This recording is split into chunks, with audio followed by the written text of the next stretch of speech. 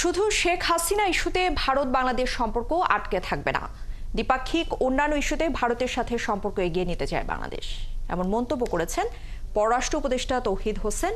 আর নতুন বছরে ভারত, যুক্তরাষ্ট্র এবং চীনের সাথে সম্পর্ক এগিয়ে নেওয়াকে চ্যালেঞ্জিং বলেও মনে করছেন তিনি। সেই সাথে রাখাইন পরিস্থিতির দিকে সরকার নজর রাখছে বলেও মন্তব্য করেছেন তৌহিদ হোসেন। মনির মিল্লাতের প্রতিবেদনে বিস্তারিত। 5ই আগস্টের পরিবর্তন, শেখ হাসিনার ভারতে আশ্রয় নেয়া, তলানিতে ভারত বাংলাদেশ সম্পর্ক, রাখাইনে আরাকান আর্মির শক্ত অবস্থান, প্রতিবেশী বদলের শঙ্কা, এমন নানা ঘটনা প্রবাহে গেল বছর অস্থির একটা সময় পার করেছে বাংলাদেশের কূটনীতি। নতুন বছর, নতুন চ্যালেঞ্জ।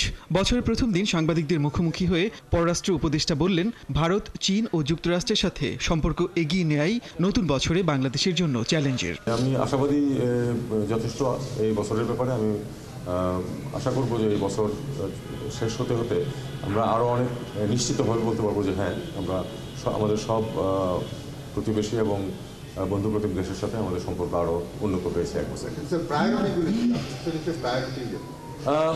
প্রায়োরিটি কিন্তু কোনোটাই কম না, কারণ আমি মনে করি যে 3টি দেশের সাথে সম্পর্কের ক্ষেত্রে আমাদের প্রায়োরিটি যথেষ্টই আছে, কারণ এই 3 জায়গাতেই আমাদের বিভিন্নভাবে আমাদের স্বার্থ খুব শক্তভাবে নিহিত।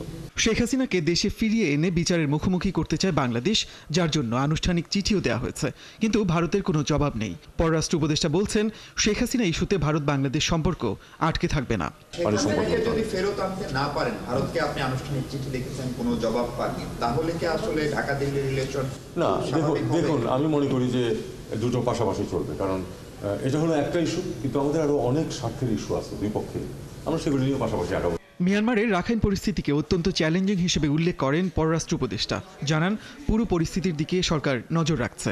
রাখাইন পরিস্থিতি অত্যন্ত চ্যালেঞ্জিং, কারণ এখানে গ্রাউন্ড রিয়ালিটি পরিবর্তন হয়ে গেছে। মনির মিল্লাত, 71, ঢাকা। বিশেষ অবস্থার মধ্যে দিয়ে